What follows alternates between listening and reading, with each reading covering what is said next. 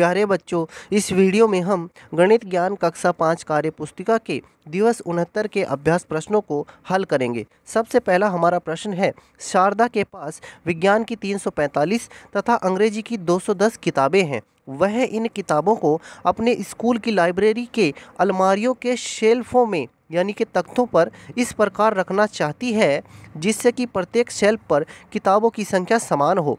किताबों की वह कम से कम संख्या बताइए जो अलमारियों की प्रत्येक शेल्फ पर रखी जाएगी। तो प्यारे बच्चों, इस प्रश्न में आपको यहाँ पर जहाँ ये लिखा है कम से कम, इसकी जगह लिख लेना है अधिकतम या अधिक से अधिक। इसमें जब हम अधिक से अधिक लिखेंगे तो तब हमारा प्रश्न सही होगा। तो ये थोड़ा सा इसमें गलती है, कम से कम में यहाँ लिखना है आपको अधिक से अधिक संख्या। अधिक से अधिक संख्या बताइए जो अलमारियों के प्रत्येक शेल्फ पर रखी जाएगी। तो ये आपको करना है। अब देखते हैं इसका हल। तो यहाँ पर जो उनके पास किताबों की संख्या है वो 345 और 210 है। तो किताबों की अधिकतम संख्या आप बताएंगे तो आप इन दोनों का निकालेंगे में से।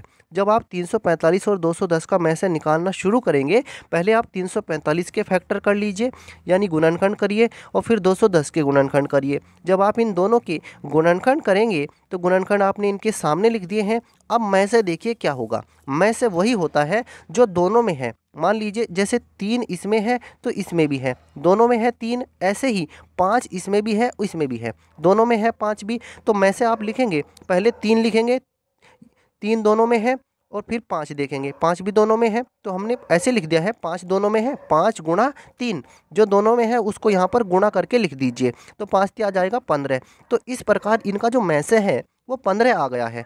ठीक है, में से 15 है। तो इस प्रकार प्रत्येक अलमारी की शेल्फ पर अधिकतम 15 किताबें रखी जाएंगी। तो 15 किताबें वो अलमारी की प्रत्येक शेल्फ पर रखेंगी और फिर इस तरह से में इन सभी किताबों को सही संख्या में रख पाएंगी। तो यहाँ पर आपको ध्यान रखना है, बस कम से कम की जगह अधिकतम लिखना है, क्योंकि में से निकालने पर ही इस प्रश्न का सही उत्तर आता है। अब देखते हैं दूसरे प्रश्न को। एक रस्सी की अधिकतम माप कितनी रखें जिससे 30 मीटर, 15 मीटर और 25 मीटर के टुकड़ों में पूरा पूरा काटा जा सके। तो यहाँ पर अधिकतम आया है, बस आपको ये बात पकड़ लेनी है। जहाँ पर अधिकतम होगा या अधिक से अधिक होगा वहाँ पर तो आप निकालेंगे में से, और जहाँ पर कम से कम होगा या न्यूनतम होगा, न्यूनतम हो या कम से कम हो, वहाँ पर आप निकालेंगे ले से। तो यहाँ पर अधिकतम कहा है, अधिकतम माप पूछी है, तो आप इनका निकाल दीजिए तीनों का में से। अब में से निकालने के लिए आप यही तरीका लगाएंगे। हमने 30 के फैक्टर कर दिए हैं यानी गुणनखंड लिख दिए हैं, 15 के लिख दिए और 25 के लिख दिए। अब जो तीनों में होगा वही में से होगा। 5 देखिए तीनों में है, तो 5 हमारा क्या है में से है, 5 तीनों में है। देखिए 3 यहाँ है, आगे 3 नहीं है। ऐसे ही 2 पहले में ही है, बस आगे 2 नहीं है।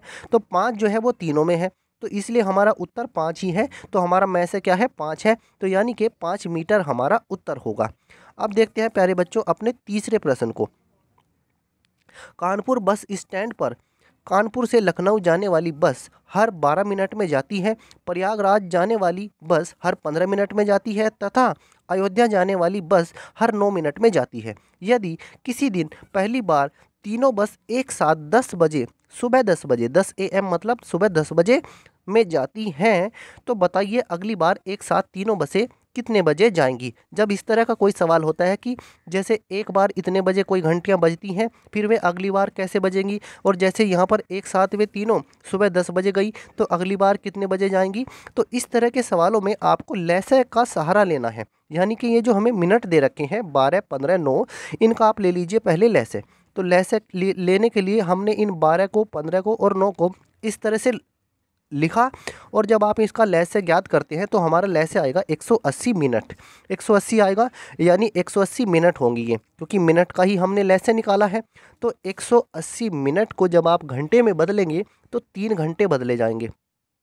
180 मिनट के बराबर 3 घंटे हैं, मतलब वो अगली बार 3 घंटे बाद फिर से एक साथ जाएंगी। यानी कि अगर वो सुबह 10 बजे गई हैं तो 10 बजे के बाद 3 घंटे आगे चलिए, 11 बजेंगे, 12 बजेंगे और 1 बज जाएंगे, 1 बज जाएंगे दोपहर के। तो यानी कि 1 PM होगा जब वे फिर से एक साथ दोबारा जाएंगी। तो हमारा उत्तर आ जाएगा 1 बजे।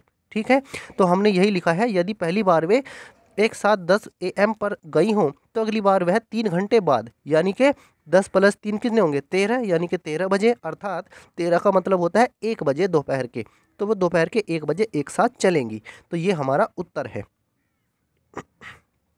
देखते हैं चौथे प्रश्न को। 2 बाल्टी में क्रमशः 35 लीटर और 28 लीटर दूध आता है। उस बर्तन की अधिकतम, बस आपको ये शब्द पकड़ना है, अधिकतम का मतलब मैस है और न्यूनतम का मतलब लेस है। तो अधिकतम धारिता ज्ञात कीजिए जो दोनों बाल्टियों के दूध को पूरा पूरा माप देगा। तो इसका उत्तर क्या होगा? अभिष्ट उत्तर होगा 35 और 28 का मैस है। तो 35 के हमने इधर गुणनखंड लिखे 5 × 7 और 28 के गुणनखंड लिखे 2 × 2 × 7। अब मैस है वही होता है जो दोनों में हो। अब 7 जो है वो दोनों में है, तो इसलिए हमारा जो उत्तर होगा 7 लीटर, यही हमारा उत्तर है। 5वें प्रश्न को देखिए। पुस्तकों की कम से कम संख्या ज्ञात करें ताकि उनसे 16, 24 और 32 पुस्तकों के एक समान ढेर बनाए जा सकें और एक भी पुस्तक बाकी न रहे। तो यानी इस तरह के सवालों में कम से कम आपको शब्द लिखा है तो 16, 24 और 32 इनका निकाल दीजिए लैसे। जब कम से कम लिखा है तो लैसे निकालिए। 16, 24 और 32 का लैसे निकालेंगे जब आप, तो आपका उत्तर आएगा 96। तो यानी हम ये समझ रहे हैं कि वो पुस्तकों की संख्या कम से कम 96 होगी ताकि उनको 16, 24 और 32 के ग्रुप में एक समान ढेर में बनाया जा सके। तो आपका उत्तर कितना है? 96 है। तो प्यारे बच्चों, इस वीडियो में हमने क्या किया है, दिवस 69 के अभ्यास प्रश्नों को हल किया है। अगर आपको यह वीडियो अच्छा लगा है तो इसको लाइक कीजिए, शेयर कीजिए। धन्यवाद प्यारे बच्चों।